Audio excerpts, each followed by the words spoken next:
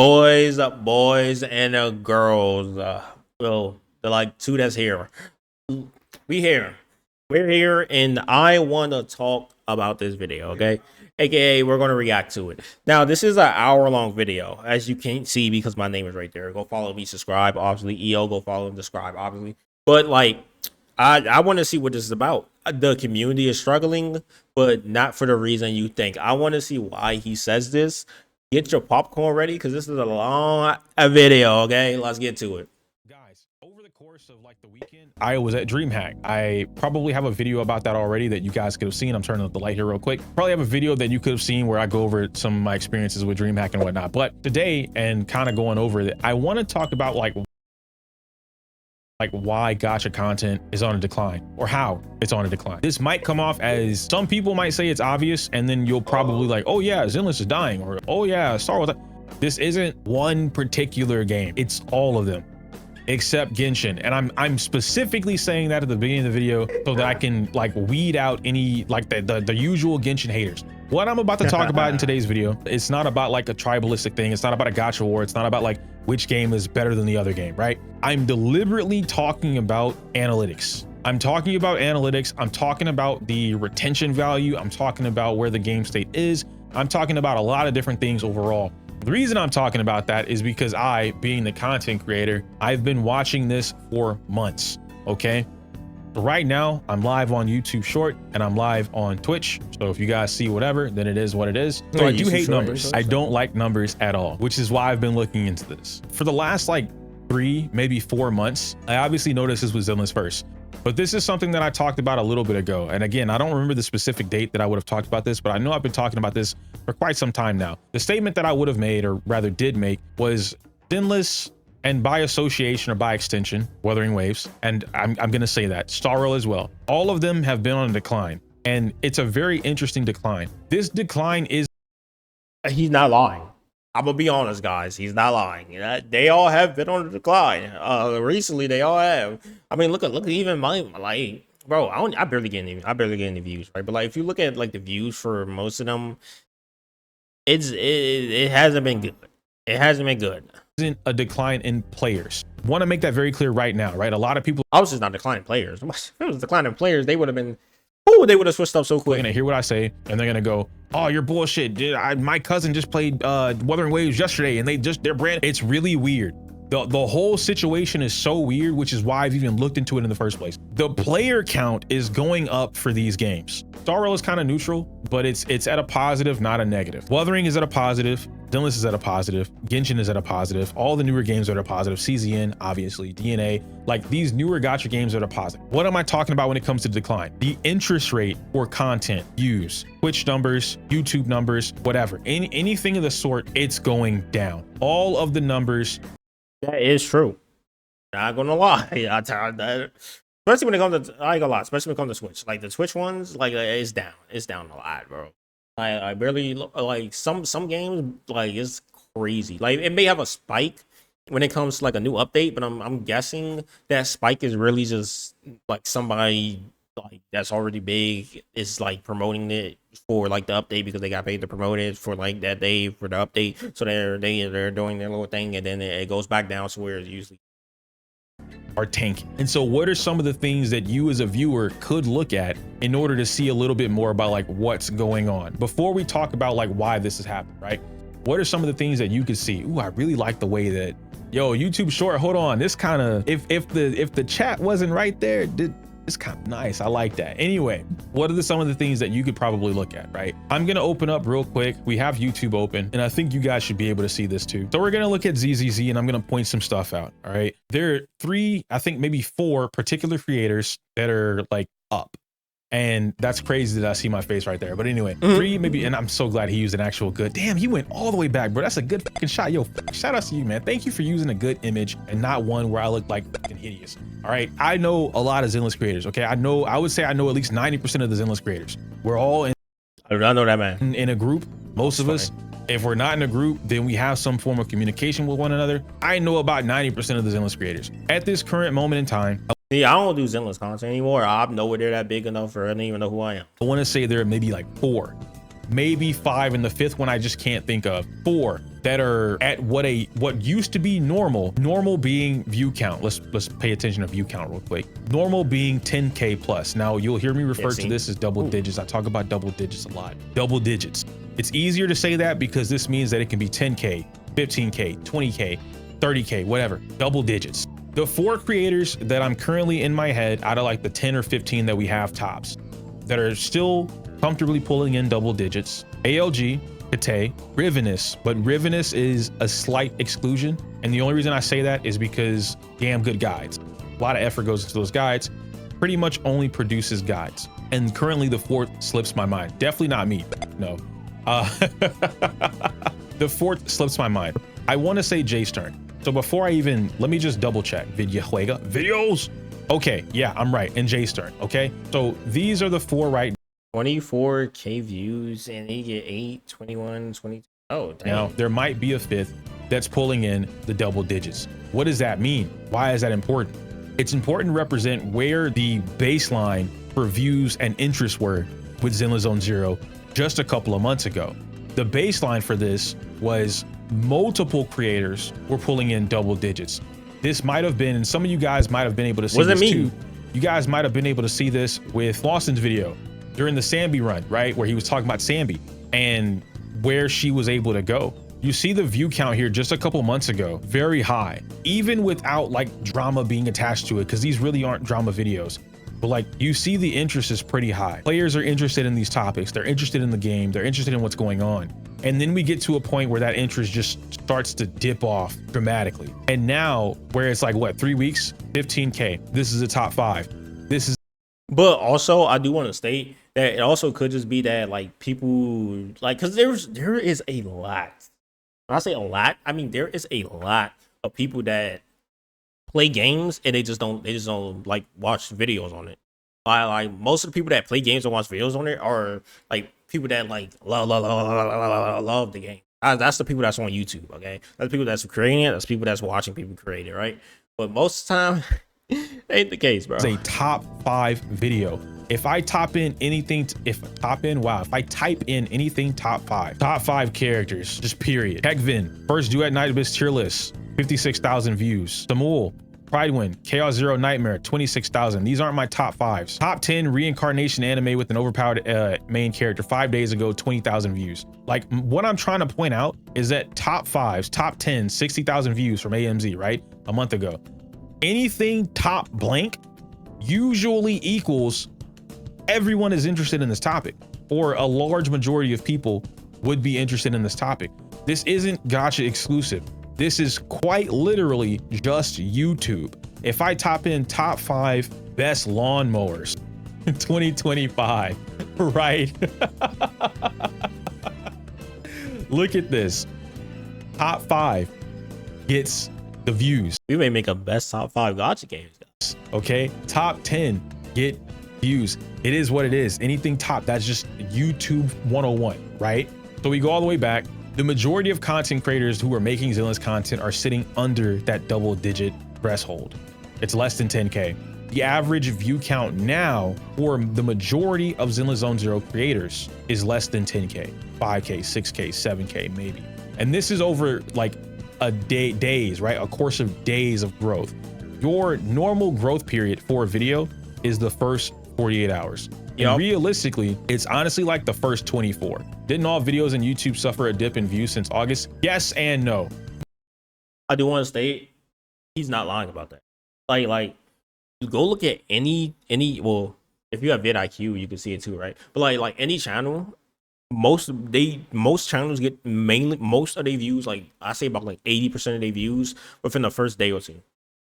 Like if it's not in the first day or two, it probably ain't gonna hit the views that you want. Like even I know that. Like and I say the first day or two, it goes from like the graphs most of the time. I wonder would they have it on this video? I get to see all the other stuff I'm working on. Like look. How long has it been able now? A month ago, right? But like first day or two, it like first day published 5K, second day 6K, and then it just goes steady. Like you see how that line goes up, like that it just shoots up and then it just levels out. That's how every video. That's how most videos on YouTube in general work. It's like first day it goes like boom. The second day it goes like boom, and then it starts to curve, and then third day it finds its rhythm, aka like it just flattens out. Mostly no. When I say yes and no, there was a lot that happened. A lot of people were blaming this on the restricted mode. That has nothing to do with the view count at all. Then after that, it became a thing with the ads. Okay, so ad blocker, and this one is unverified but probably accurate. YouTube implemented something where the ads, anyone that uses an ad blocker doesn't actually count as a view. This is a positive for the viewer, obviously, but it's a negative for the content creator. Why? Because what this does for the content creator is, let's just say that you had a video that actually got 20,000 views, but 10,000 people used an ad blocker. YouTube will not register 10,000 people, which means you've lost 10,000 views. Losing 10,000 views that are just not accounted for, that's your money as a creator. That's your views, again, as a creator. Now, I only bring this up to clarify the thing that was just mentioned about August. I don't have any verification or validation to back that particular claim up, so I'm not really making it. I'm just explaining what was already explained to me from the other YouTube group. I mean, if it worked like that, I can kind of see that being a reason why. But at the same time, it's like, I mean, to be honest, this was a month ago, right? I mean, YouTube, I'm gonna be real. I don't get why YouTube did that in the first place. I'll be honest. Like YouTube and Twitch, they both did the same thing. Whereas like they punish the creator for what the viewers are doing. I don't get it. Because the way it works now, right? Like if it worked like that, that means like, okay, so you're punishing the creator because you're not giving them the view from this person because they're using an ad block.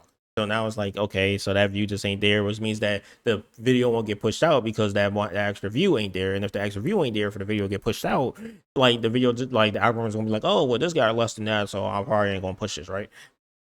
The same with Twitch. Like, when Twitch was like, oh, well, to stop bots, we're gonna do, what was it like, we're gonna do where if it's more than 2 or more than 3 IPs on the same on our website, watching, like, you know, just on Twitch in general, from the same household, like if it's 3 from the same IP, then like anything after that won't count. Like some people used to watch multiple streams at once, like they watch like 5 streams at once, right? They count as a view in all 5. Now if they watch 5 streams at once, they probably count a view in like 1 or 2, right? But the reason why that doesn't really do anything for the bots, because the bots don't be on the same IP in the first place. Not to understand, they probably have like IP routers that they route like different IPs through, so that way the bots can still work like bots, right? And when it comes, like, that's just gonna hurt the creator, because now the creator is pushed down in the loop when it comes to, oh, guess what? Oh, you actually have 20 people watching, but since like one person has like 2 other people in their household watching something else from the IP address, and like a couple of people who have that, now you have like 10, and it's like now you're gonna be lower in the pool because you got 10.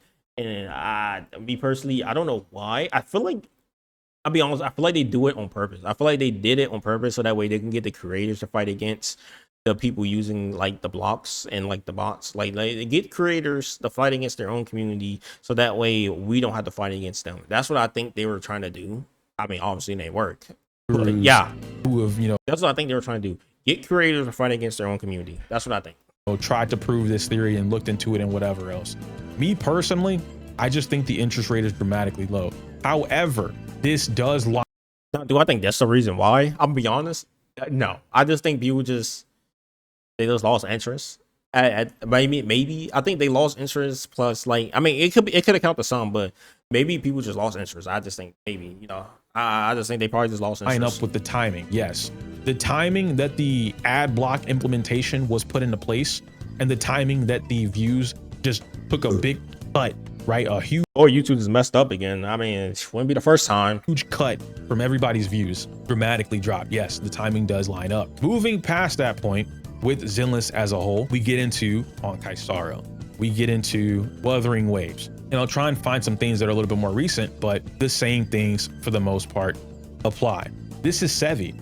Now, Sevi doesn't normally make Wuthering Waves content. Lately, she's been making Wuthering content, but Sevi is a Genshin creator, 300,000 subscribers. Her natural audience is well above 12,000 viewers. Now, she did take over a year-long break, to my understanding. I'm not here to specifically pocket watch. You guys can go look at her own views, because I don't want anyone to take this in like a negative light, right? I'm only using these. I mean, Steffi did take a break. I mean, I saw the video where she said she was going to take a break. I mean, at the end of the day, I mean, let's be real. When you take a break on YouTube, that just means that you're killing your channel. Like, that's basically what it means. Because for whatever reason, you take a break and then the algorithm just thinks that you're just not alive anymore. For like, if you take a break more than like 3 days, bro, they like, oh, you must have quit.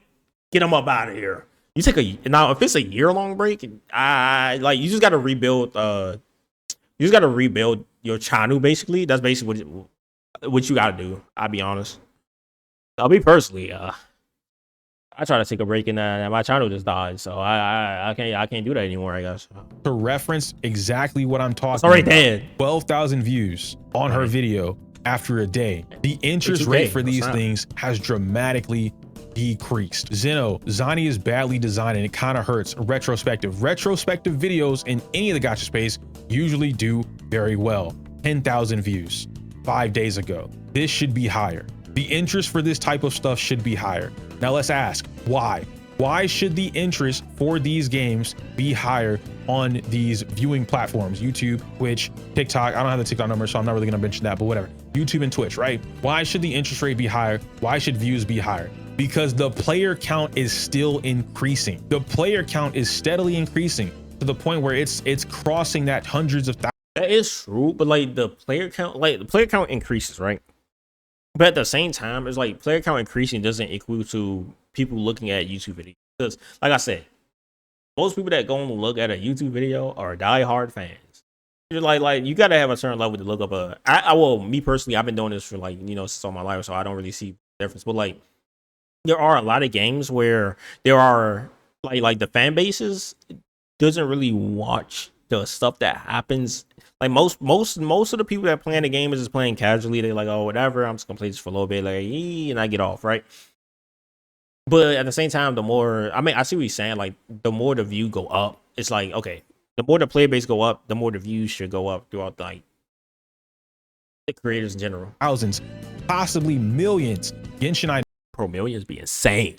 know is over 1 million or millions. Zealous and Weathering, I'm not entirely too sure. Somebody else can come up with the numbers for that, but it's up there. It has crossed that threshold. It's growing every day. All of these games are still growing every day. So the interest in gacha gaming is still up. It might not be as quickly as it used to be, but it's still up. So the fact views are not even, I don't even want to say up, normal. Views are not normal right now. I can't blame this on the ad stuff because I don't know it. There's no accurate information to even say something like that. I can't blame this on the restricted mode because the only people that actually know is YouTube. That's just bullshit. And I could even go as far to say I can't even blame this on the usual thing, right? The drama, the rage bait, whatever. I can't even say that's the reason. Now, I do believe that might be part of the reason as to the decline overall, but I don't think that's the reason of what's going on right now. I think that's something that happened way back when, and it's affected viewers' interest overall. So now we get into what are players actually interested in. This is 11 months ago, but I'm going to use as an example just real quick. The only problem with Wuthering Wave's story, videos that are essentially rage baiting. They're true. That is true. The only ones, I mean, I'll be honest, like the ones that I've seen mostly now that creators do that have a good amount of views is like, why this is wrong, why this could have been better, why this isn't good enough, why this game sucks now, what made this game turn bad, what made this game turn trash. Like it's just I call it drama videos, but it's like drama slash down talking the game videos because then it just get clicks at this point. Pissing off the viewer or making the viewer feel some type of way to the point where like they have to click it. Yeah, like let's be honest, like if you make a Genshin video on why Genshin sucks now, you're gonna get views because it's gonna be people that's like, yeah, I totally agree. Oh, I better guys, never forget that in the comment section, and there'll be people that'd be like, oh, you're talking trash about Genshin, like what is wrong with you? Like you don't even know what you're talking about. Like you get the ragers and you get the ones that's like, yeah, I agree with this because I like this game better than that one. Or guides. because it's quick, it's easy. Okay, guys, this is obvious. I can consume it and then move on with my day. I don't have to sit here all day. My main issue with all of this going on when it comes to like gacha games as a whole and like just how things are emotional, damn. Hey, I ain't gonna lie. I ain't gonna lie though. I ain't gonna lie though. Why else y'all think I stopped doing gacha games? I started doing reactions.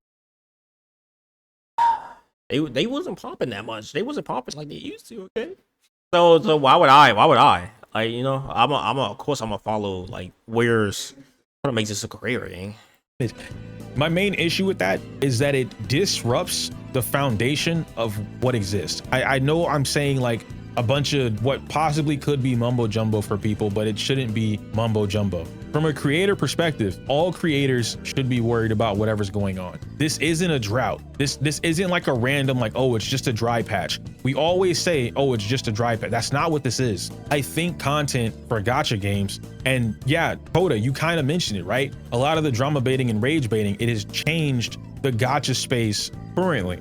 Now, one of the things that I do want to mention that I talk about quite often is bubbles. I mention the bubbles and I talk about the differences between like each space. And I say that in the gacha space, there are different bubbles. Now, viewers probably don't recognize this, but you guys are in a bubble. What does that mean? There's the drama bubble, rage bait, whatever, right? There's the casual bubble. There's the discussionary or guide making bubble. There's gameplay. Bubble is just a subsection of a larger space. Examples of a bubble. You guys know I love Jadalee's content for mostly analytical reasons. Jadalee is an outlier. She is an outlier to the space and a very good one at that. Very good one at that. Jadalee is able to make the type of content very almost identical to Doro. Okay, and this is their own bubble. I'll explain. It's also a reason why I say the things that I say about Genshin, but I'll explain. Their views are their own. What does that mean? It means that the 170K, the 85K, the 90K, that one was botted. We know that about the Wuthering stuff right now, but the 70K, right? These are her own community. And wait, Wuthering was botting views? What? Yo, that's crazy. And then it branches out into anyone else who just happens to be interested in whatever's going on. They've amassed an audience of people that want to watch this type of content. You can consider this the happy-go-lucky bubble if you want. This type of bubble, again, not exclusive to Jadalee. And to be fair, it is primarily the Genshin Impact creators that exist in this bubble. They're able to just enjoy the game. Most gacha players just want to enjoy the game. We as a collective have endorsed in this bubble that I'm talking about, not the Genshin bubble, but the bubble that I'm talking about. We've endorsed emotionally triggering people for views. We've endorsed, and this is from the viewer perspective now, you guys have given incentive for creators to make the content. I hate drama. Why do they keep making drama? I wish we had more content creators in Wuthering Waves that actually played the game. And you do, but they don't get the views, so they try something else. Next thing you know, the drama videos pop off, and guess what? They just gonna do drama. Covered, not drama. You know how you get that? By endorsing the creators that you see who don't cover the drama or rage bait, if that's what you're against, right? And this is something, again, I talk about this all the time. Your ability on YouTube in order to curate an audience or fix whatever's going on, it's viewer first. A lot of people like to blame the creator. Oh, well, if the creator was just a better creator, then that would, no, that's not how that works. YouTube is an algorithm and it shows you repeatedly what you're into. You as the viewer, you're not a blank slate. The only way you get a blank slate is by making a brand new YouTube account and never watching anything. The moment you watch one video, YouTube immediately starts curating your algorithm based off that video you watched. It immediately starts messing. Look, I'm gonna be honest. I show it. I don't care. I give y'all one right now. Okay, let's full screen, right? I ain't cutting none of this out so y'all can see. Like I'm being on. Where's it at? Yeah, it's gonna look like that until I go. Bro, imagine. What did I do for you guys? Anyway, as you can see, we're here. Where am I analytics? We're in mine, right? Let's see. Arclight Infos is a fever dream. Obviously I do reactions, so you know, but even like reacting to certain videos, like I react to the trailers, right? Trailer for Reverse, I get like 140, okay, whatever. I react to Woo Wah thing, 33. All right, I do. When did we lose? Okay, Sorrow 149. But then where's it at? Where's it at? He just exposed. This is a drama video. I reacted to a drama video. Not gonna lie. I mean, he exposed Glider for using AI scripts. 500 views. Now, some people don't like. It's a 50-50 right now, which is kind of weird. I wish my mic was better in there, but whatever. But as you can see, 504 views, and like that was on the 16th. 2 days, 504 views versus what else? This on the 16th, which was our top combatants hurting Zenless, whatever, 15. Like you see the ones that get the like Arctic for a Fever Dream. It's like, okay, is Arctic feels good or is it bad? Boom, 31. You could say like out of all the stuff right here, this the drama video, me reacting to the drama video, have gotten the most out of all of it. Now you told me if that's a trend. That means I need to react to more drama videos. So we got another one coming soon. Messing with your algorithm based off how long you've watched it. Don't believe me? Make a brand new YouTube account and then go do it. That even do an incognito YouTube, no account, or sign in on your TV. Go to a YouTube TV or your TV, sign in on YouTube as a guest. It'll be blank. It's only going to show you whatever is like, trending. Click on something and watch your feed immediately change. Watch 2 of that something and watch your feed change into only that. The thing is that you don't even have to have another YouTube channel. Like, just use your YouTube channel in general. Like me, right? Never watched a bike thing a day in my life, right? They recommend it, like whatever. But then I watched one bike video. It was like, okay. Then I watched another bike video, and then YouTube just started recommending me hella bike YouTube. Like off the wazoo. It was like this. Oh, he clicked on that. Let's show him more people that's like them. That's equal spirit. Boom. And then next thing you know, I found Brian, and I found Jigzer, and I found Thought Taken, and I found Beard and Bikers, and I'm like they dead. You think YouTube know you better than you? So when a viewer or a community says that they're so tired of drama, all they see is drama, it's because you've endorsed it.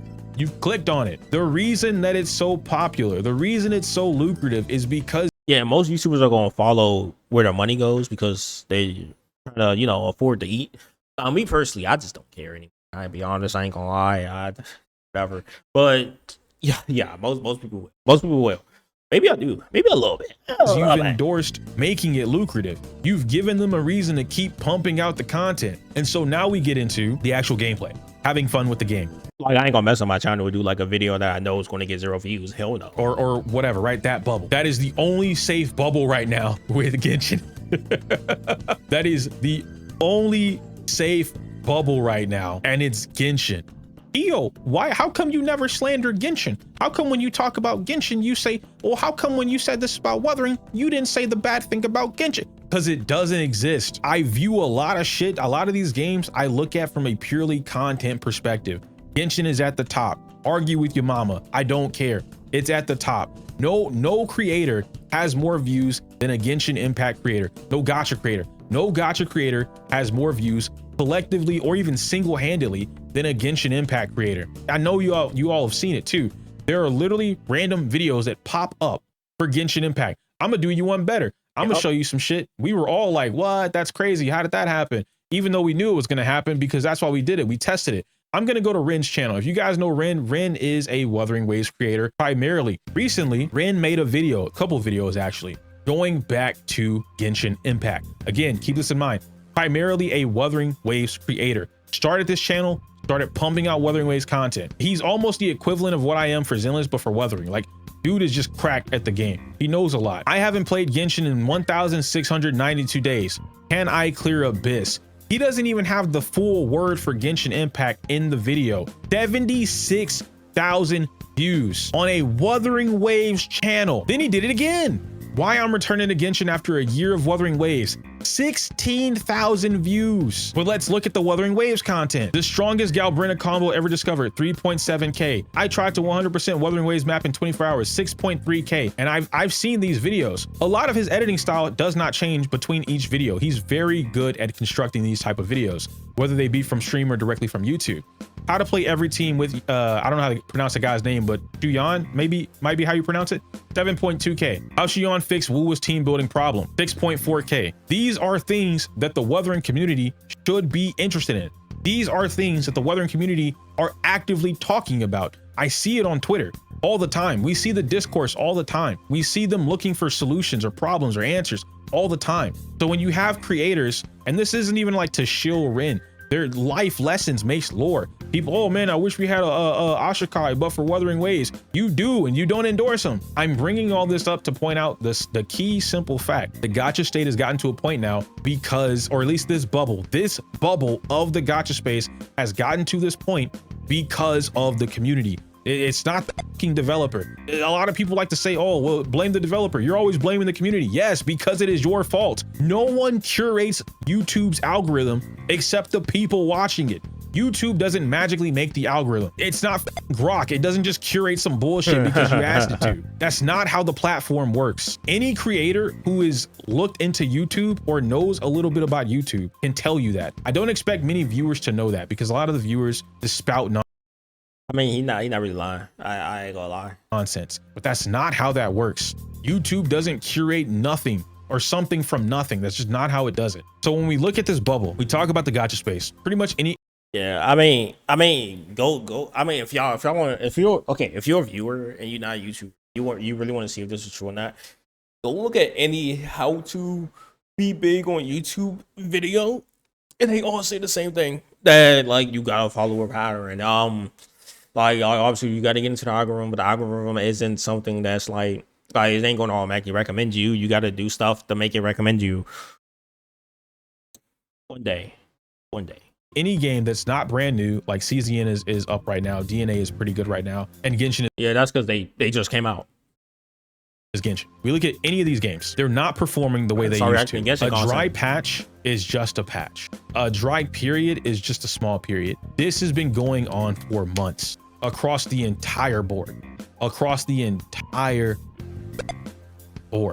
this has been going on. This is a problem for all gacha content creators. They might not openly admit it, but a lot of them have been dipping their toes into other things, playing different games, exploring different avenues for content, taking big ass breaks. Even myself, changing my direction in content because the whale is being sucked up. And it's not specifically just gacha as a whole, it's the bubble that we happen to be in. Now I'll get into like the dev fault. I know this was a long-winded part, but I want to get into the dev fault here because it's not just the community, but it is the community. Like that, the YouTube thing is 100% the community. I don't think the developers know what the fuck they want to do with these games anymore. I think Zenless is at a crossroads with itself because they're trying to appease the new or casual player. The players that make the videos and complain about what they can't do, the players that are tweeting or people do that. I ain't gonna lie, I ain't seen any of that. I don't really look into the bases anymore. I'll be honest. Sending in responses in the surveys or just bitching about what they can't clear and can't do. How they, oh, I don't want to play the new team. I don't want to build a new team. I want to play this one thing. I only want to play this. Zenless is trying to fix that problem by addressing the needs of those players. The issue, I think Zenless is all right, but it does have problems. Let's be honest. Like, let's not cap it. It's like everywhere. Like them wanting you to have a new team of like characters. It's the same thing that that Honkai Star was doing right now that people hate. Where they want you to have the new characters, right? But they want you to have all the new characters, but then they don't give you time especially as a free-to-play player to actually get those characters. They sit there and they will release 4 characters back to back that all need each other, and then be like, "Well, guys, you should have just pulled for the characters, okay?" Like that's not good. Like at least a month or two away. Like it should be a character. The way I think they should do it is 2 characters. Like if you want to make new characters be better at things, okay, whatever. But it's a way of doing it. Like 2 characters. Okay, you got like 2 characters, 2 different teams. One character released to that team, and then the other character released to that team, and then one and the other, then one and the other, like that. I think it should be one or not. This team comes out, and all the good people for that team is boom, boom, boom, boom, boom. All right, we're done. Like no, because then people can't even save for. Like you can't even save for it at that point. Like at least try to make it look like you're trying to have them save. Like one patch is this, then the next patch is that, then the next patch is that, then the next patch is that, and that's like, bro, like. At least get more currency or something. Like, sheesh.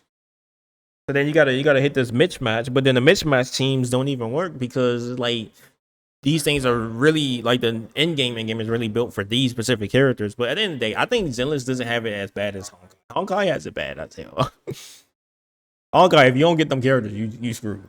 Is that Hoyo developer Nowadays. Hoyo, right? Big Father Hoyo. Father Hoyo is saying no. The literal developer, the house, is telling the Zenless team no. They're telling them make money. You were on a decline for like the last 2 months. Make money. Oh, that's a great character design. Make money. That's what they're going for. So it's a conflict of interest. At the same, and yeah, curse of being a gacha, exactly. At the same time, we now get into the whole thing about in-game or the direction of where the game wants to be. Every developer note, every developer live stream, every live stream that we've had the actual developers talking about Zenless, it's very clear what they want out of this game. They want a game where the player can explore a lot of different options, they can have a lot of fun, they can get creative with their teams, and they can show off their skill at the game. They have very intricate moments or things in the game. It does have a lot of depth, despite what, you know, if you just don't like Zenless, that's okay. I don't really expect people to register what the depth is. If you don't go looking for it, it's fine. But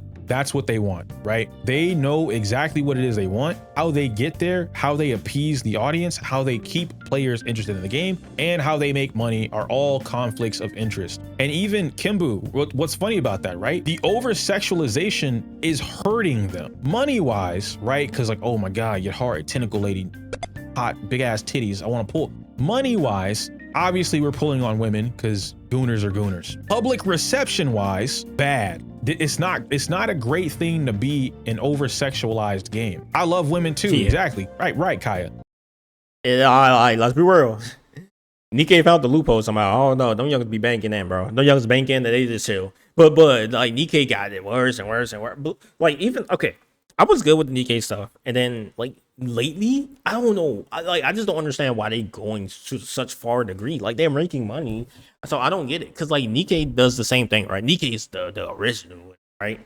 But it's like when you look at Nikkei characters, they just lose more and more and more, and it's like Nikkei, why? Like you don't have to do this. You know that, right, guys? Like y'all already have a good game. Y'all have good character designs, and yeah.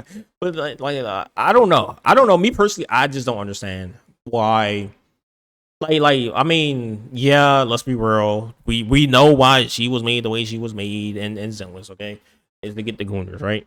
But like, because the Gooners are the money. It's the same way Nikkei is going more and more and more because they want more and more money. I don't know what the hell, why, but that's the thing. But like, my thing is like, to the public, because I know a lot of people that's like, oh, Nikkei, that's that Gooner game where like their characters barely have any clothes on, right? And it's like yeah, but the story's actually good. The characters are actually pretty fire. Like some of them are strong, but then like most people just gonna see it as, oh, it's that game. Yeah, I'm good, and then they just turn away from it. But that's not a positive thing. Like I've seen that multiple times in my own life. I don't think Githari is over-sexualized, but I think they over-sexualized her, right? And I think that's just a thing that they're doing repeatedly. Guys, they saw it worked, and they're just going to keep doing it again. I don't think Githari is over-sexualized. Design-wise, again, we'll jump in the game and we'll talk about it. Githari is not an over-sexual character. If I was looking at an over-sexual character, I'd look at a fucking hentai. Like, that's not what I mean. Over-sexualizing something is like, it's clear as day. The intent for you existing on my screen, your intention is to make me horny. Githari's character. Look at the recent Nikkei characters. They're going insane. I don't even know how they do ads anymore. I'll be honest. Like it's like you look at a Nikkei ad now, it's just blind screens everywhere. I'm like, oh my god. At a design level is not intended to make you horny, but the promotional material that they use is intended to get you riled up. That is what I mean by they're over-sexualizing her, but it's not so much her as a character is not over-sexualized. And this exists across, to take blood away from the brain, facts. Do we not consider that part of the character? No. Think about it this way, right? Cancerella from Wuthering Waves. A lot of people would say, and they always say it, Cancerella is over-sexualized because she has big ass titties. And she's wearing a fucking like V-cut corset or whatever, right? Or the tongue thing. She's an over-sexualized character. That is femme fatale. Cancerella represents the type of character where she is confident in not only her strength, but her appearance, her beauty. And she uses that to her advantage, which is what they show you not only in her trailer, but in her actual character story, right? When you're playing through the story, that's what they're showing you. She's not an over-sexual character. They're using promo material, promo art to sexualize her, to sell her, because that's just sex sells. That's marketing 101. Sex sells. As much as you're going to complain about an over-sexualization.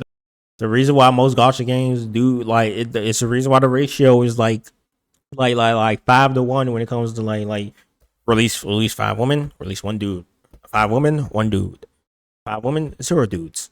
Of a character, you probably wouldn't even look that character's way unless the sex appeal was in your face. But that's just marketing. Brushing past that, right? The developers have to pick a lane. I strongly believe that, and this is just me, maybe it's different because I'm just this type of player. If Zenlish pushed their original lane, where we already have a video on the channel, it'll be linked up here, where I go over the old urban aesthetic, the Persona style, semi-life, simulation kind of thing, the arcade system they have in place. If they pushed more of that, they would be in a much better position. Not only would this give the players something to do outside of just pulling a character, play the story, do the in-game, get off the game, but it would also give the developers something else to look forward to, something else to put work into, blah, blah, blah, blah, blah, right? Boom. At the same time, I think they really need to double down. And I again, this is something that not everybody's gonna agree with me on. I'm already accepting that, but just having watched the space, having watched the scene, and having watched the amount of I guess what we consider players who want the best for the game, but don't actively look at what would help the game. We look at what would help us. They're not looking at what would help the game. I strongly believe if Zenlish pushed the whole hardcore in-game, whatever player you need to sweat, if they pushed in-game to actually be challenging on top of all the stuff we already have, but remove the over shilling that they do for these buffs and increase the difficulty, increase the challenge, the game would thrive. Take the things that I mentioned and then add those into it, the game would thrive. That's what I believe. And you know what? Sar, great point. I don't think players are ready to be challenged, at least the current player base. And this is why I said earlier, they're trying to appease too many audiences. They're trying to fix the new player or casual player issue. Learn how to curve and ease your casual players. Encourage your casual players. I like that word a lot better. Encourage your casual players to become more veteran or seasoned players. Dark Souls is a great example. Thank you for mentioning that, Kindred. Dark Souls is the complete opposite of these gacha games. I'll explain that. Why I say it's the complete opposite is because Dark Souls holds your hand for 4 minutes. After that, you're on your own. If you die because Elden Ring is after that first once you get to the first boss, after that they know what? You got it, you good now. Go fight him. And then it's oh, he's kind of hard, It's no, we don't want to hear that. You try again.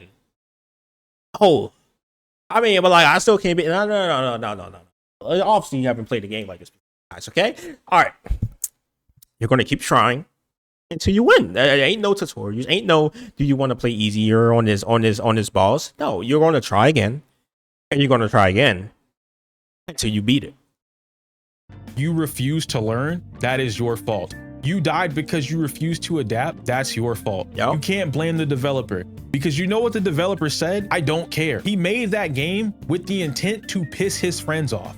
I know that I can beat it, but I don't want my friends to easily beat it. I want to challenge them. So he presented them with the game and then we got that game. It's okay for these games to go that route because you cater for that, right? Chaos Zero Nightmare is a perfect example of this, and Smack has an amazing video that he goes over that and pretty much says almost bar for bar how I feel about that game. For a week, I couldn't figure out why I liked the game the way that I did, why I was so addicted. I ain't gonna lie, I knew why I liked the game as soon as it came out. I mean, the characters look fire. It reminds me, I don't know. Okay. It's weird. It's the way it's weird that I'm gonna say it. It reminds me of ZZ, but in a better way, which is weird to say because it reminds me of ZZ when it comes to the flashiness, but then the hardcoreness is different. It's better. It's better for the hardcore. You got to build decks, and certain characters work with certain characters. It's just what it is. If you don't have them characters, then that's on you. To the game because during the beta, I wasn't impressed. I was gonna skip it. Wasn't really intending on playing the game at all. But why that was so important was because of the simple fact, once I realized this game was basically like Yu-Gi-Oh mixed with any other turn-based RPG you want to think of, right? Like it's basically just Yu-Gi-Oh. My ability to play well. Yeah, true. The leader play well was on the heart of the cards, but we all know Yugi cheated. Is on me. There's some RNG on whether or not I get a particular card or not, but that's the whole thing. But you could work around it. Like it's plenty of times where I didn't get the right thing. Like I swear the harder card. Like I swear that game just shafted me on like 5 of like the cards that I got on this one thing. I had a little bit of health left, but I still made those cards work and I beat the boss without dying. I was, oh my gosh, that was the scariest thing ever. Like I really had to think. The in-game loop or the gameplay loop, building the deck so that I have complete control, just like in Yu-Gi-Oh, just like in Magic, my game plan, or even Pokemon TCG, building the deck so that I have as much control as possible so I always win. The game is curated that way. It has a whole nightmare mode where like you will get fucked up. It's not holding your hand anymore. It's okay for these games. Like y'all don't understand. Like y'all think hard mode is hard mode in like Genshin, bro. This is how the nightmare mode worked, right? I was fighting, blah blah blah. You get past. Now, if you in nightmare mode, 1, you have debuffs. Okay, 2, there's a chance that like you're just playing. You know, you beat the boss or whatever. Let's say you wanted to, because it goes in like a kind of like a turn based. It kind of like a I forgot what those things called. But it's like node by node type thing, right? You go into the certain node, right? And then you beat the characters there. You probably trying to stay away from the bosses because you probably don't have like, you know, like you feel like your characters ain't really up there yet. The deck ain't really built yet. And then out of nowhere, boom, an elite character appears. As soon as you beat that character, no breaks, no. Let me heal first. As soon as you beat that character, you just see an animation snap, boom. Now the lead character here that's hard as hell to beat, and you gotta really think to beat that thing, cause it hits harder, it hits harder, and it takes more damage. And it's like, okay, now if you beat this, you get a good reward. You get the upgrade cards, you get like a special, what's called like a special gear piece that does insane things. So, and it's like it gives you no warning or nothing that this may appear here. It's just you get in there, boom, done. And it's like you beat it. If you didn't, hey, too bad. Start over.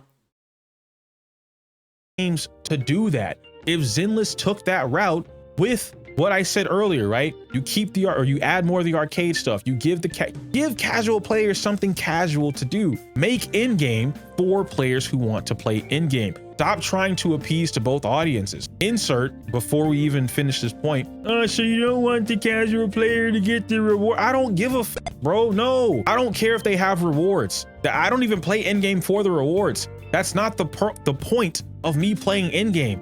I play in-game for the challenge. So what I want is for the player.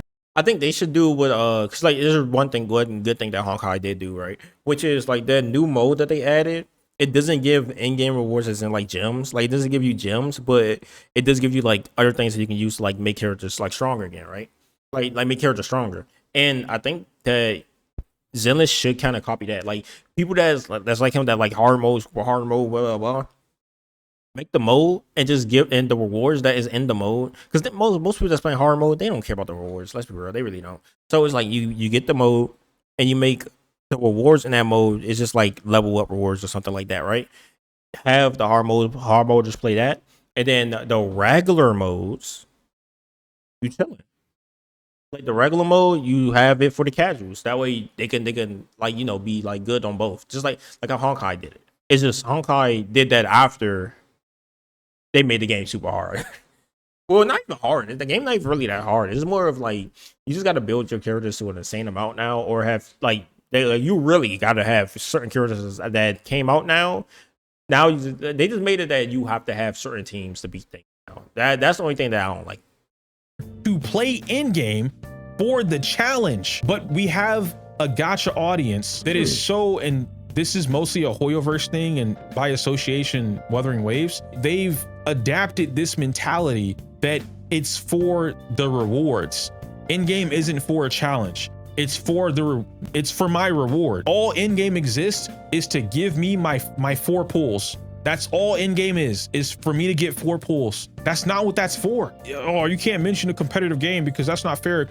Me personally, I don't even think that's the community fault. I think that's more of the developers fault because they forced it to that. They made in game have rewards, so that way it's like, oh, now you got to get the in game to get like free currency to pull on like characters, right? Now, if they didn't do that from the start, then people wouldn't have the association of pulls and characters. I mean, pulls and in game. They'd be like, okay, so I can get my pulls, and then in game is just something that if I want to do, I can do and get my flowers for doing, And if not, then not. Just like how like the people used to zero cycle things. People didn't care that like you didn't get rewards for zero cycling, bro. Like it was just something that you can do if you were smart enough to do it. But yeah, Because Gacha, no, yes, I blame that on the developers. They made that happen for a reason because they wanted in game to have something so that everyone could like try to work their way to it. But then at the end of the day, they end up making it harder for people to even get there in the first place. I can. Fuck you. You're not gonna jump into Marvel Rivals in Grandmaster tier, right? You're not gonna go to the Grandmaster rank, play the Unless you're goated. fucking game, and then bitch at the team or bitch at your opponent for being better than you. Well, that's not fair. I got carried all the way to Grandmaster rank thanks to my ability to buy my teammates. You should let me win. I deserve that win. What? Why? Because I'm in Grandmaster rank. I made it here, so I deserve the win. No, you don't. Work for it. But again, I understand I'm different. What I think Zenless should do in order to save it, if you will, is so far beyond what a lot of my I think they should just split it. I mean, like if it is that they some of the like, I think they should split it where hardcore players have a certain mode. It doesn't give pulls or anything. It's just a mode you can do. You get extra like kind of limited, like sort of limited stuff, and like so much stuff that like it takes a little bit longer to get, but you can get it right there, right? Like the like level up characters or stuff like that. That mode should be for the hardcores, and then the regular modes should be done for like regular casual people. But the thing about it is that those are the ones that gives the pulls. That's how it should be. That's how I think it should be. I mean, it's pretty simple. peers think that we will never agree, and I've accepted that. But I strongly believe that is the play. I think if Zenless continues to cater towards the casual audience, it's gonna lose more than it gains. And it's again, it's not because the casual player doesn't deserve to have fun. It's not because they don't deserve to do in-game or get rewards or play the game. Nope, it's none of that. It's because currently the game has no casual content. So except the story and whatever event exists. So because of that, the player, the casual player, assumes that the end game should be for them, and it's not. Zenless has not established a clear line of separation. Hey, you're not ready for this content yet. Here's how you can work on it and get better. Let's introduce some new tutorials to help you get to that point. They started to do this and then dropped the ball. I know why they dropped the ball. Do you guys know why they dropped the ball? Probably not. Let's talk about it. Why has Zenless not implemented more advanced tutorials since whenever the fuck it was, like 4 or 5 months ago? Because they have not seen or taken something from the top level players in the community. The top players in the community, or just strong players in general, have not given them new tech that's universal for them to teach the rest of the players in the game. That is why. It's not that it doesn't exist. It's not that they can't make it. It's because they can't take it. Nice water bottle. Thank you, bro. Thank you. Training room should be massively updated. The HIA training system should be massively updated. Yeah. There should be a whole new floor for the Mr. Happy. There should be an entire new floor for Mr. Happy training. I think the status quo for gacha games is that buying of power, especially in Hoyo games, or is the buying of power, and it works to print the money. I agree. And so now you get into, right? Let's talk about Genshin just for a brief period of time. Weathering is getting to this point, but we'll talk about Weathering after. Genshin is able to sell you a character just for you to buy the character. Doesn't matter if they're top tier or not. Doesn't matter if they're meta. Doesn't matter if they have traversal options. If they like the character, they will buy the character or pull the character. Why? Because Genshin does a much better job at 1, world building, 2, character development, 3, they create something for the player that makes it so like, I don't care what this character does, I love it, I want it. So you pull, and that, I ain't gonna lie, that's how, I mean, they like Wuwa did it. They did it with Camilla. Like people loved her so much that they voted for her. Who else? They like Genshin for me. Who was that? I mean, Raiden. everyone wanted Raiden. Like she was strong, yeah, but at the same time, it was like, oh my god, she's peak. Like for right now, me, it's like what's her name, Columbine, I don't know, Columbia, whatever her name is, the one with the Fatui with the wings coming out her head, the white wings. Like her design looks so peak. I'm getting her no matter what, if she good or not. That's the way characters should be, but they're not. HSR is really good at that. So many people are pissed off that Cyrene's not broken because everyone wants Cyrene. They made you feel for that girl, and then they said she ain't that good, guys, because if you want her to be good, $600. Also understand HSR is a meta-driven game. Making a character that everyone wants that is not meta is a problem. We're going to riot. We're going to bitch. You can't, it's not smart. It's not a smart idea to do that. And I'm somebody who, like, I don't care that Cyrene doesn't work with everyone. I don't think she should. You guys know how I feel about Astra and Shorekeeper and like I don't like universal busted ass support characters. I think they ruin the game. I've been proven right every single fucking time that I've said it. No one can prove me wrong. Oh, well, what about the free-to-plays? It's good for the free-to-plays. I don't care. It's great for the player until it ruins the game. What does that mean? Okay, let's talk about Astra. Astra's an amazing character, right, guys? Super awesome support. Everyone loves Astra. Every team can use Astra. I literally have the video on my channel going over the exact same shit that I said. I'm going to show you. Then I'm going to get up to go pee and get more water. Astra Yao is the best, worst thing to happen to Zenless Zone Zero. I knew it. The moment they introduced a character like that, when she was in beta. That is kind of, okay, if you think about it, it's kind of true, because she literally, if you look at 99% teams, it has Astra in it. Which means if Astra isn't in the team, like it's only one of her. You can't have two of them, right? So it's like you have Astra. And then Astra is the best support, right?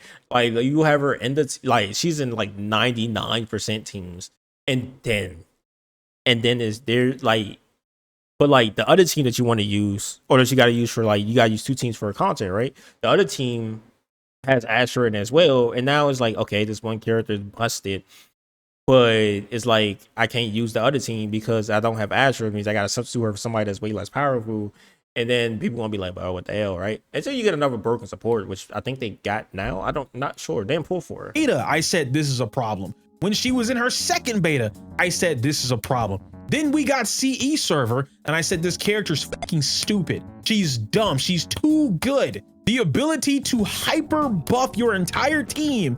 She's better than most characters M1s and M2s. The ability to do that while she does nothing is broken. It shouldn't exist in any game. Boom, they did it. It's never a problem. No one ever sees this as a problem so long as they can benefit from it. And they'll always benefit from it until the game decides to change up the meta, shake it up a little bit. You know what I mean? Ah, man, I love Anomaly. Miyabi is the best character in the game. Nothing can stop me in the game. This is super cool, super awesome. Great time. Astra's the best, guys. Oh no, something was introduced and I can't use my mono ice. Oh no, Astra's not useful right now, bro. I need a stunner, but I have to keep my Astra, but she doesn't work on the team. Oh no, I don't know how to play the team because I've only played Astra. What do I do? The developer should fix this problem. Okay, it's crazy. Cakeism? I don't think I've heard that before, but I really like that term, cakeism. They want broken units and universal supports, but bitch about power creep and inflation that come as a result of that. I like that, you know? Yeah, and again, this isn't, I know I come off that way, guys. I know. I'm not making this to shade players. I don't really care, like, if the player feels some type of way. I'm just stating these things because now we're finally at a point, as I said, going all the way back up, looking at the views and the differences between literally a few months ago, things being pretty consistent, not even high. Like, I think people, when they hear what I'm talking about, they'll probably take this as like, oh, you know, your views were never 50K, 30. I'm not looking for high views. I'm looking for consistent views. The drastic drop in interest for these games, it's too big. And so this is why I'm pointing that stuff out. The same shit I've been talking about, why this was gonna hurt the game, why it's not good for the game, why players should be more adept at learning how to play the game, and why we shouldn't promote, what's the word? I can't think of the word, but we've promoted, obviously not me, but like just as a collective, so I'm going to include myself in that. I'm not going to isolate myself, because collectively, as an English-based global Zenless Zone Zero community, we have promoted not learning the game. Collectively, we've promoted dumbing down the player's ability to get better at the game. And no one wants to call that out. No one wants to own up and admit that. No one wants to point that shit out. But collectively, we've done that. That is a problem. It's bad. It's one of the worst things you can do for a game that's actively told you since CBT2 that it wants to be blank type of game. Blank type of game being like the challenging and the content, the difficulty, whatever, right? It's told you that. The Pride Win tier list is a perfect example of that. Combining this category is verbatim doing what I said was gonna happen. You are dumbing down the player's ability to fucking learn. Then what's gonna happen, right? Dylin is gonna come out. This character's gonna be cracked out of her mind. What are we gonna do? Yeah. Split the category again? Oh no, Dylin is still a support. This bitch is a better Ching Yi. She's a better Ching Yi mixed with all the other fucking stunners in the game. And she does damage. She's not a support. So what, you're gonna put Dylin in DPS category? I said it was gonna happen. It's bound to happen, and now here we are. You combine the categories. The moment they start making actual stunner characters, you're gonna have to split them up again anyway. There's no point. Dylin does damage. Dylin's whole thing is being an on-field DPS, beating the shit out of shit, and then enabling her actual DPS to follow up and beat the shit out of shit. You know what I talked about with Anomaly in my previous video? With Anomaly characters, right? Or Anomaly teams, there's not really like a one-on-one, right? Your Anomaly teams, a proper Anomaly team is always jumping something. It's never a one-on-one. Yeah. Miyabi and Vivian, Jane and Alice, Miyabi and Yanagi and right? Doesn't matter what it is. There's always two DPSs versus one thing or one group of enemies, right? You're always jumping something. Dylin is what the rupture or attack characters, depending on what her kit is gonna finalize as. She is that, but a stunner. She is helping you jump them. Like that is her whole purpose. Dylin is the big sister. You guys know that anime trope where you, like in martial arts anime or kung fu anime, you have the big sister with big ass titties. Dylin doesn't have big ass titties, but I'm explaining the trope. She has a big sister, martial arts, big ass titties, and she protects the little brother, right? Yeah. And the little brother knows martial arts. He's just not as good as his big sister. His big sister don't take shit, but she real nice until you mess with her little brother, and she just beats the shit out. That is Dylin. Dylin is quite literally that type. Me, you from Kani. Yo, talk about it, bro. You know ball. You know ball, man. Updating the standard banner would be great, but I don't think they're gonna do that. Yeah, I don't think they're gonna do that. I don't think they're gonna do that. No. They should. Never did. Zenless should do a lot. There's a lot of things Zenless can do to make it better and make it last longer and make it more profitable, not only for themselves, but more beneficial for players as well. And I don't see them doing that, even though they should. I think the combination, and again, we'll wrap this up with Wuthering, or maybe Genshin, but whatever. I think the combination of so many members in the community saying what they want and what's bad for the game, even though it's not, because they just don't want it, or they don't like it, or they don't want to change, whatever, versus the actual developer's vision, has created too big of an issue. This issue where it should only affect the player count and the developer's pockets. But that's not what's happened. This issue has now grown outside of just those two categories. It's affected the player count, the player interest or viewer interest. It's affected content creators, obviously, because like they're the ones that make content, and it's affecting their pocket. That's a problem across every single board. To be fair, everyone is playing Duet Night Abyss right now. That's why Zenless and Wuthering are on a downward trend. That's not true at all. And I guess maybe that's the case for Wuthering, but I know that most Zenless players don't like DNA. They like what it could be, but they don't like the game. It doesn't feel as snappy. And I'll talk about DNA in its own video, but it just doesn't feel as snappy. Now, obviously, I'm not speaking for all Zenless players. I'm not the Zenless moniker or something like that, but it is what it is. But what I want to wrap up, I spoke a lot about Zenless because that's my home territory. I know a lot about that. Woo is not off the chopping block. I want to talk about Wuthering And I want to talk, what up, Inari? I want to talk about it in a way where I feel like everyone should be able to come to a solid consensus, but I know this won't happen. Weathering is also on a decline. I can't tell you the analytics behind it because I'm not the one making the weathering content. So I'm only going to go off of what I've observed, what I've talked about with other weathering creators like Life, for instance, or Rin. And I'm able to see their analytics, but I'm not able to see every weathering creator's analytics, right? I believe weathering is on a decline for similar reasons to Zinless, but not exactly the same things. One, I think the massive decline for the weathering space viewer count wise, right? And again, let me re-verify just in case for anybody that might have found this, seen this, clipped it, and jumped straight to this point because you heard me talking about weathering. Oh, you talking about weathering? Oh my God. One, this is from the perspective of a content creator. And I'm purely talking about this from mostly a content perspective. I forgot the second thing I was gonna say, but it was an important disclaimer. If I remember it, I'll say it randomly. That's on me. That's on me. That's on me. But speaking on like everything with woo-wah, okay? Weathering's problem it's a combination of things. I'm trying to remember how I said it to Life earlier, but TLDR, when I talk about weathering and I talk about the decline, like I said, very similar to Zinless. What I'm getting at here isn't so much about like weathering as the game itself, but it's a combination of things. And so the main thing is definitely going to be the community. I know, again, same thing that I said was Endless. A lot of people like to blame, oh, you should blame the developers. It's the devs' fault. They made the game. You're still playing the game. And I want to make that very clear, right? I have a mentality that I try and explain to people, but it always comes out very blunt because there's no other way to say it. Quit or submit. What does that mean? It means that if you aren't happy with what you're doing with your time, quit. There's no way you can shake that up. Like there's not another way to say that. There's not another way for me to get that message across to anybody, right? Time is invaluable. You will not get it back. You just won't, unless you're a time manipulator. And if you are, come holler at me. You just won't get it back. Because of that, wasting your time is always a net negative. It's a problem. No one on the face of the planet should want to waste their time, ever. So if you're playing something or you're doing something that you're genuinely not enjoying, you consider it a waste of time. Stop doing it. I've said this same thing with Zenless and the players who threaten to quit the game if the developers don't do what they want, or if they go in a direction, then just quit. It's okay. You can always come back. There's not a point in time where like, oh my God, bro, I quit Zenless and now I can never come back. You can come back. Oh man, Starro introduced casters. I hate them. You can come back. It's okay. Not having fun, stop playing the game. That should be a basic concept that every human understands. Wrapping that up, when I say the community, right?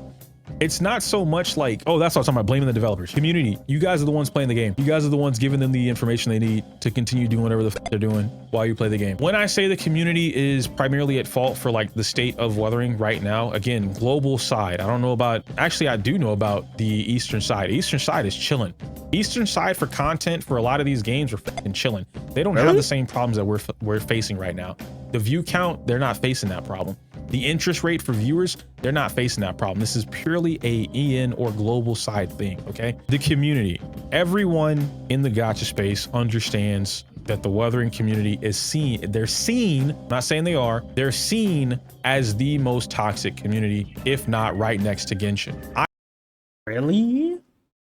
No way. I've made statements calling them the Neo Genshin community because they are. Take that how you will. I bring this up because that is the image that they have. If I'll be honest, I wouldn't know that. I mean, I don't really look at woo-wah like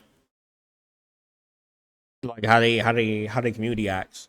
Endless has the image of being elitist, like all the players are elitist. The weathering community has the image of being toxic and bad and vitriolic and everything else. Why this is a problem for viewer interest. You can see this on Twitter all the time.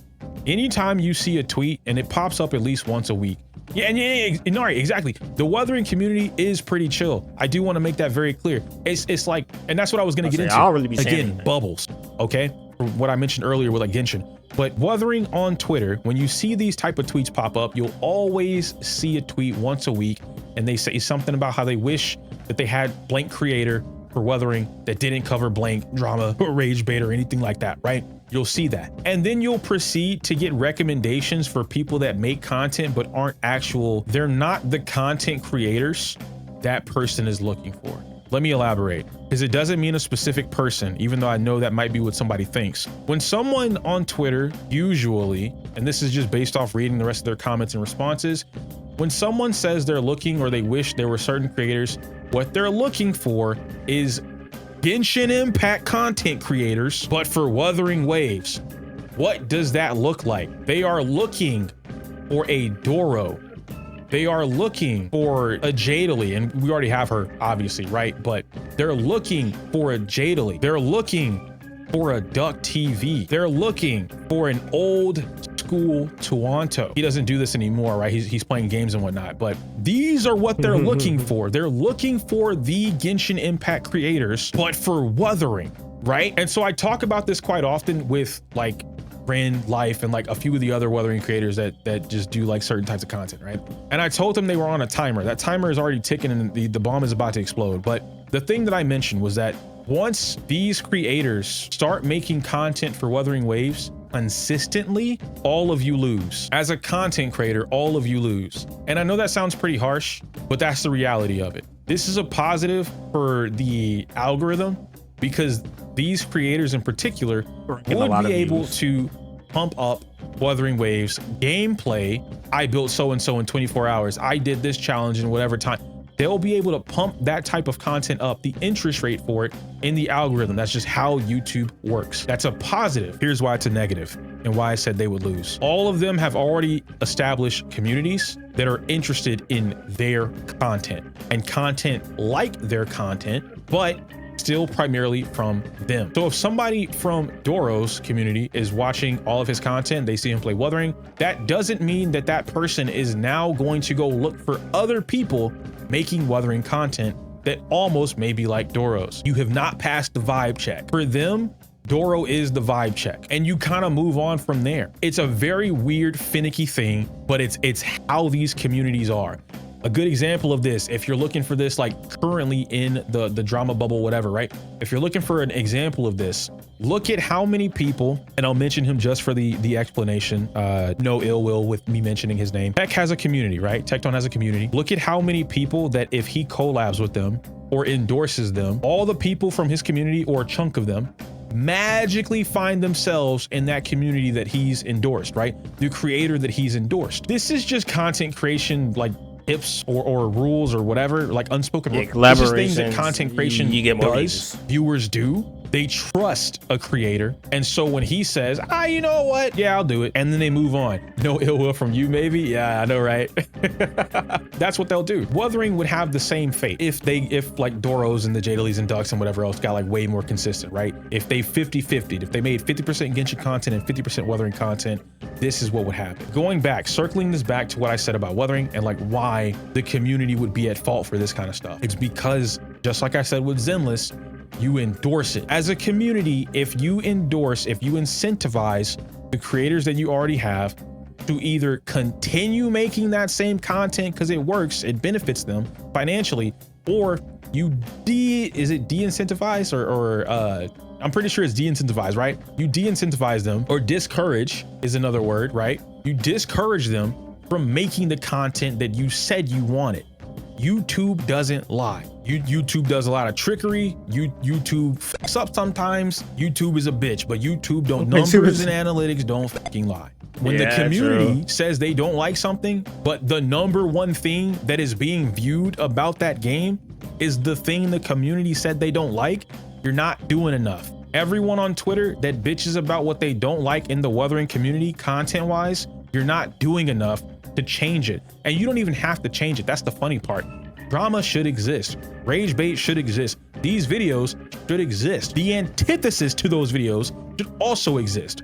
You should have your casual, regular, degular, fun gameplay content, whatever it is, your builds, your guide, all that shit should exist. That is a healthy ecosystem. That's why Genshin was what it was in year 1 and 2, and why it got to the point where it is now. That's why Star Rail was what it was for year 1 until it turned into drama bait. Wuthering needs more of Genshin. That doesn't mean the game. And I know that people think that. It's not about the game. Well, I guess like first, let's make this very clear. Wuthering is a skeleton of Genshin. Like there's no reason for anybody to deny that. Genshin is the bones, right? The skeleton for a lot of gacha games today. Wuthering is no exception. I mean, that's pretty obvious. I mean, if you say no to that, you just lying. They built on that skeleton and created their own body. They need to take the things that make Genshin hyper successful. They need to take the things that make Genshin stand on top for themselves. This doesn't mean take the elements of reactions. So, oh, you just want element. No, that's not what that means. It means if Genshin or Hoyo is doing a certain thing with their audience or their creators or their promotional content, whatever, if they're doing a certain thing and it's clearly working in a positive manner for the community, take it, use it, twist it if you want to. It's kind of the same thing where it's like, if it ain't broke, don't fix it. Don't copy something and then tweak it. Like, oh man, can I borrow your homework? Yeah, but change it up a little bit so it doesn't look the same. No, if the answer to 2 + 2 is 4, why are you changing 2 + 2 to = 5 so it looks a little different? Oh, mine's is gonna be 4 with an asterisk mark next to it. No, just put 4 on the fucking equation. You don't have to do a lot. Now we get into, because Logan, you're mentioning a lot of things, and this is the conversation that was going on recently was in like depth and complexity with Wuthering and like it not having either or whatever, the right, whatever that was being said. That is where the game and the developers falter, and they need to change that. They need to correct it. Just like how I said Zenless is losing its identity, or rather it's not honing in on what makes it Zenless, Wuthering is doing the same thing. I'm gonna mention something, and this is very funny observation that I've had for over a year. I've spoken with this for a few different people. Everyone pretty much agreed. Obviously, when I say this, everyone's not gonna agree because people just like to disagree with me, but Wuthering has 2 different communities, possibly 3, but for now I'll stick to 2. Wuthering has 2 different communities. One community wants the CBT2 version of Wuthering Waves. The other community will not admit this, but this is the reality of what they're asking for. They want a reskinned Genshin Impact named Wuthering Waves. That's it. Those are the 2 different communities. What does the CB2 community mean? Like, what do you mean by that? Originally, Wuthering Waves was a much darker themed game. Gothic aesthetic or goth era aesthetic, dystopian, desolate type of land. It was a much more punishing game. The games, it was very similar, reminiscent, if you will, to Souls-like. That is why if someone randomly sees you playing Wuthering out in the street, right? You're on the train, you're playing Wuthering. If somebody saw you playing Wuthering and they had no idea what a gacha game was, their first thought will be that's a Souls-like game. Steam, when Wuthering finally got to Steam, what was the tag? Souls-like. People don't like that, right? But like, that's the thing. Wuthering should have leaned into that hard, because just being Genshin Impact but slightly better, we have guaranteed weapon pools, like we have this, we have traversal. It's not enough. I made a video, and the whole video where I said like, oh, Wuthering doesn't have it, all that shit. I said a lot of this shit back then. I'm still being proven right to this day. Niggas hate me, but like, I was right. I'm gonna just say it. I'm gonna keep it a buck, okay? The same shit I said back then is happening now. I talked about the combat experience, and I said why it would be good if they leaned into these things, but it'll be bad if they don't. They're not doing that. Like, they're half-assing it. They're making things that are really good. Zani, fucking love that character. A lot of people, and this is what I'm talking about, right? The split. So you guys probably have seen these type of players or interacted with these type of players. There's a certain type of player that loves Zani and a certain type of player that hates Zani. Some players don't like how Zani plays. She's clunky. They can't really vibe with her. They don't like that she's slow. They don't like that you have to use her shield and that she can't just stay in her fucking horn form, right? Her enhanced form, her install. She can't stay in that any longer or a long time. They don't like the switching in, and they don't like that. Then you have the other player and loves that. Would that be the same thing people would say about I mean, I haven't seen it. I'll be honest, I haven't seen people say it, but would that be the same thing people would say about, oh my gosh, I can't remember her name right now, the technical one? I was just gonna say the technical one, because like, I haven't seen anybody talk about it like in the way you're like, oh my gosh, like, why can't she just do this? But because what, like, her little gimmick, her whole gimmick is that she wants to get hit, so that way you can hit the E, and then she does like a kind of like an enhanced E, like she holds up, charges, she loses HP from charging, she smacks in the circle, like enemy hit, you can hit E, the 1 regain HP, and then 2 I think it hits harder as well, something like that, which is different than like what you usually do in Zenless. Like, to be honest, most of the time in Zenless you you parrying out, you parrying or you dodge. That shit. Best character in the game. I love solo Zani. I love duo Zani. I love. See, with Zani, I can't say anything about because I never had her and I never really looked into like her as a character because I didn't have her. A full team Zani. I lost because 50, I'm able to utilize everything and capitalize on anything. Zani, in a experienced player hands, beats everything in the game because of her kit. Beats it all. That split is exactly what I'm talking about when it comes to the community. There are certain people or a certain group, right, after community, they don't want the complexity, which goes into I don't want. I mean, that's like every game though. Like if we've been honest, like every game gonna have the people where they like, I just want to play casually and that's it. I just want to get in here, do this and that's it. I mean, I just think that's just a part of it. That's just part of making a game in general. Like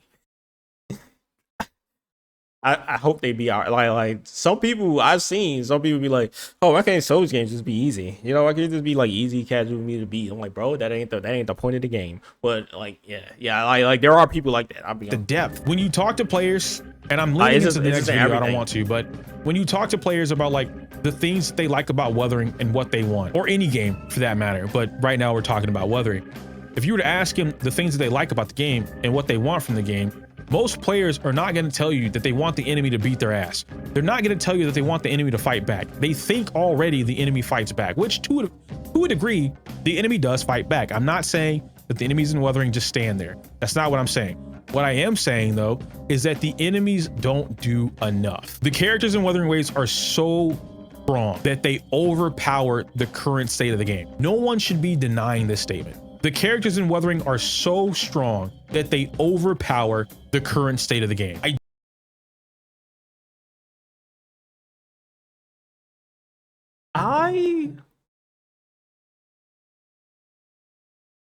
don't play WoW that much, but from the characters I do have, I don't have them built like that either. See, I can't really say that because first of all, my characters ain't that built. Second of all, most of youngsters don't even got their weapons. I mean, I guess you could say they're strong or not. I don't know.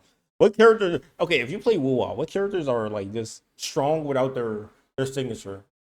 Because that's what I define a strong character. If they don't need a signature and still like body rocks people, that's what I determine that is a strong character or it's not a strong character in my opinion.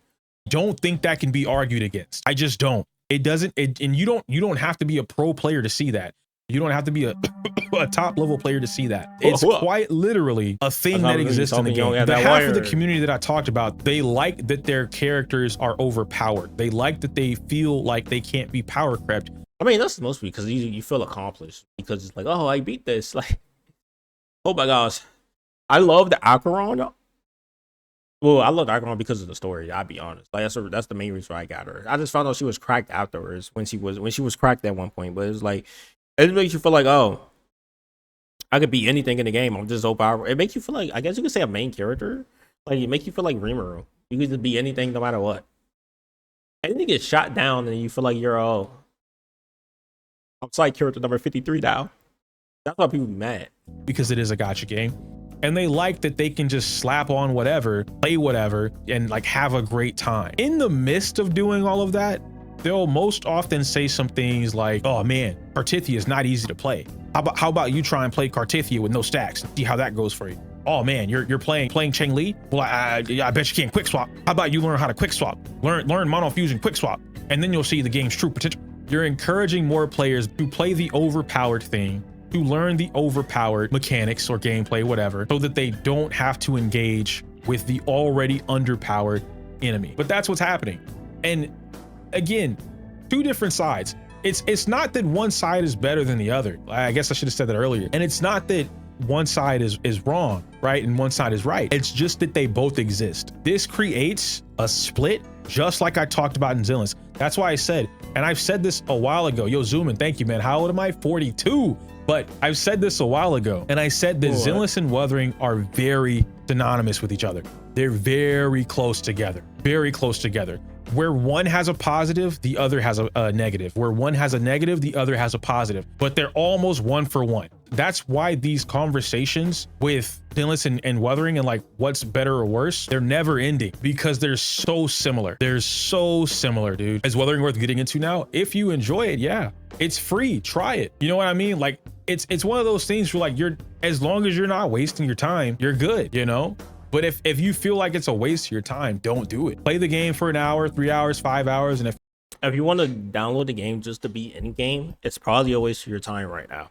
If not, you chilling. I mean, because you got hours of story for any of these games. Endless, Genshin, Wuwa, like Honkai, like if you just want a story, you have hours to get through. And most of the time, 99.9% of the time, the story missions are easy enough for you to beat with like the probably, okay, I want to say the starting, but like easy enough to beat with like some characters you're getting along the way. By the time you get to like the hard part, you'll probably already have a couple of characters already built that you can just easily beat it with. But, like the story is easier than anything else in the game because they want you to watch the story. Really feeling it, uninstall. Nothing wrong with, I do it with games all the time. I'll install a game. If the game doesn't like connect with me in an hour or so, I'll uninstall the game. I did it with Duet Night Abyss, and I'll play DNA if they sponsor me. DNA is not a bad game. My issue with DNA is that the combat is just, and you guys know me, I despise floaty combat, and that's just me. A big part of, and it has so much potential. Exactly. Me personally, I ain't gonna lie, I like Duet Night Abyss content. I mean, not content, combat. It's fun to me. Well, I play games like that anyway, so it makes sense that I would like it. A big part of me, and like why I play Warframe, but I play similar games, like similar to kind of like Warframe knockoffs, I guess you could say. Wuthering's combat for me, like I don't like it. Oh, my to a degree, I like it, but I don't like every character in Wuthering. It's because for a large chunk of the roster is in the air. I don't want to. The only character I like playing in the air is quite literally Mono Fusion. And that's because I feel like they did it right. Brant is Spider-Man. He's Pirate Spider-Man. One of my favorite characters, if not my favorite character to play in the game. So fucking cool. They did it. I personally just hate when they like, okay. I hate when the enemies go in the air because I can't touch them. I can't reach them, bro. Like it's not, I don't have the characters that can just fly in the air and reach them youngins, bro. Like please just come back down. Correctly. I shouldn't be floating in the air for 50 years doing a basic attack string, landing on the ground just to jump back up and get back in the air again. Cancerella is my favorite character in the entire game of Wuthering Waves. She is my least, or actually my most disliked character to play in the entire game. I can't stand playing Cancerella, and I hate that for myself. Imagine that. My favorite character is the character that I don't like playing. What up, Dre? Mostly on the ground in DNA, but that's because I use melee than range. Not even so. Arc, it's not even like with DNA, it's not even the combat itself. So maybe I should change that. Movement, it's floaty and slow in my opinion. And this is me comparing it to Warframe, which just might not be fair. Warframe is much more snappier. The animations, the speed, yeah, like that's not fair. in Warframe had years when I dash, it feels like a dash. You know what I mean? When I jump and I jump like I super jump, it feels like a super jump, right? But when I do these things in DNA, it's slow. It feels floaty. And this is just me, right? Not everybody shares the same type of taste that I have. Everybody has their own cup of tea. It's just not my cup of tea. Wrapping this up, it's a long video. I didn't even realize I was doing this long, man, but damn. And like going back to Wuthering with like the developers, they need to, and I'm making things that not everybody agrees with. I'm looking at this from a purely analytical perspective. Not only just from the content perspective, but from like the longevity and survivability of the game, the interest rate. They have to pick something. They can't keep playing in the middle, either game. No, if these games continue to play in the middle, they shoot themselves in the foot actively. It's not a good thing. It's not healthy. Notice how we have no events for Wuwa right now. There's just nothing there. Nothing to do. It's a dry patch. Nobody wants to play anything. But this was the climax of what most would say is one of their best stories. Who was not playing in the middle? They've gone full casual. Okay, so if Wuthering has gone full casual, then it's time that a lot of that second half of the community, right? Mentioned the 2 splits. If that's the case, that first split, they'll have to quit or submit. If Wuthering has gone full casual, allow Wuthering, allow Kuro to just fully endorse that, fully embrace it. Allow them to just, if they fully embrace it, they'll probably be much better off. But you can't keep giving both. And what I mean by that is like, if they're going full casual, stop implementing characters that have really, really awesome kits. Like the character itself feels good to play. They have a lot of intricacies in their kit. Augusta is a really good example of that, right? Augusta, and I know people didn't like when I said it, but shit, I was right. Max said the same shit. Bitch has a fucking Shoryuken. That is a fighting game character, all right? She has fighting game mechanics built into her fucking kit.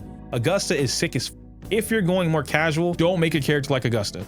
Galbrenna, literally my favorite character in the game to play because of what she dash cancel combos that actually matter. Micro dash inputs into her guns or into an uppercut or into a skill cancel, enhanced skin, sick as okay? Going full casual, remove Galbrenna from the game. Take her out because the casual player isn't doing any of what you see in these showcases. If you guys watch a Phantom Locks showcase, the casual player not doing none of that shit. They're just not, because the capacity, the mental capacity for them to do it, to learn it, they're not gonna do it. No, she isn't. It's just a visual uppercut what makes her an FGC. All right, so when I say FGC, maybe, you know what, maybe let me clarify, and I'll walk it back. Let me not call her a fighting game character, okay? Even though that's how I feel, let's call her an action game character. But you can't, I'm not gonna compare her to Devil May Cry. The reason I'm not gonna compare her to Devil May Cry is because she doesn't play like a Devil May Cry character. Augusta plays more like, if you needed any other comparison that's not a fighting game, she plays like a fucking League of Legends character in a 3D format. What are we doing? She has a cooldown system that if I'm not mistaken, even though other characters have cooldowns, no one has a cooldown system like hers. And Riven feels like a fighting game character. Like it, and this is, I am the fighting game guy in the gacha space, okay? I was born in the dog. I was born in the FGC, all right? Raised by the FGC. A lot of my thought process is fighting game first, whatever the fuck else second. So when I say something is like a fighting game character, that is natural to me. It doesn't mean that this is like the only thing that fucking exists, okay? It just means that this is natural. It's kind of like if you were raised in a football house, right? You're raised in a household that is all football, American football. And then you leave and you go to your friend's house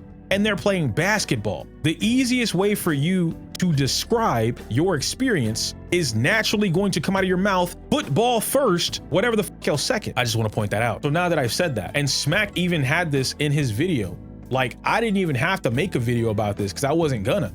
I'm just enjoying the character. Smack had a whole thing where people in the community were telling him he's wrong and that you're supposed to do ABC 1, 2, 3 rotation. And then he told them, you guys are like dumb. That's his word, not mine. But you know, he's like, y'all are bugging. This character has cooldowns. The way you play this character is maximizing or making it as efficient as possible by utilizing the combos or making combos to maximize her cooldowns. None of your skills should be active in the middle of your combo. They should be all ready to go. Mac he did this so well that he was able to display a combo in real time of him literally using all of the moves, all the cooldowns, all the enhanced moves in a string of succession to success. Got the kill, right? What else does that? Like, how anti-fighting game do we want to be today? You know what I mean? Like, I understand that everyone doesn't play fighting games. And so like y'all hate when I mention that shit because you don't play it. Not specifically you, Jam, but just in general. You know what I mean? But it's like, how anti-fighting game do we actually want to be? What else does that? League of Legends does it. Logan is like the League of Legends guy in our community, all right? Dude is cracked. Well, he will smoke your shit in League of Legends. If he's agreeing, why are we arguing? Like, why are we so off put by that? He only plays arena? Nah. That's just not true. It wasn't to harp on the fighting game at all. That wasn't even my point. My point was that Wuthering keeps implementing these really sick ass characters, cool as characters, they're awesome. But if they're going in a more casual route, the casual player is not worried about doing this. And they themselves have admitted this. So it doesn't really make sense to do that. And that's why I say they're kind of like, they need to pick a lane, pick what they want to do. But it's up in the air because that's not their only issue. I've seen some leaks. I don't really want to talk about the leaks because I don't know if they're real or not. I don't want to be on Kuro's bad side, but I will say if these rumors about 3.0 are true, and it's nothing to do with like secret characters or like whatever the story, it's purely mechanics. The rumors that I saw was that they were trying to improve the mechanics of the game, the gameplay, to a drastic degree. They were changing the enemies and the bosses to be more aggressive, but fair. And quite literally, the words say, like Monster Hunter. They were going to implement, or they were trying to implement, breakable parts like Monster Hunter. They were going to put a lot more focus into the co-op aspect of the game. I bring that up because these are things that I talked about a year ago. When I got flamed for all the shit that I was like, oh man, these would be great. You know, Wuthering should do this, whatever. All of these things I brought up a year ago. And niggas were like, nah, bro, that we don't want that. Go play your Genshin Hunter somewhere else. We don't want that shit. And now here we are, a full year later, over a year later, where the community magically, and this is, I'll end the video this way, right? Or in this segment this way.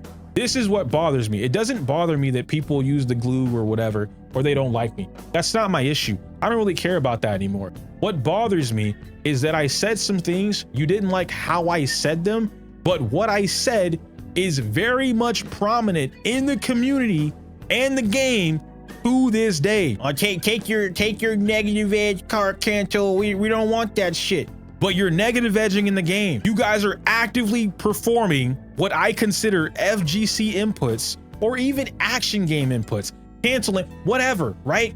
The things that I talked about are actively being used in these showcases that you use to show other people that the game has depth. But EO is fucking stupid. He's the lol cow. I'm right. Like I what are we doing? The same shit I said. Oh, if Wuthering took these things and implemented them into the game, they'd be phenomenal. If they put more focus into this type of stuff, it would be great. The combat would be awesome. Here we are, where they're potentially doing that. I don't know, not true or not, but they're potentially doing.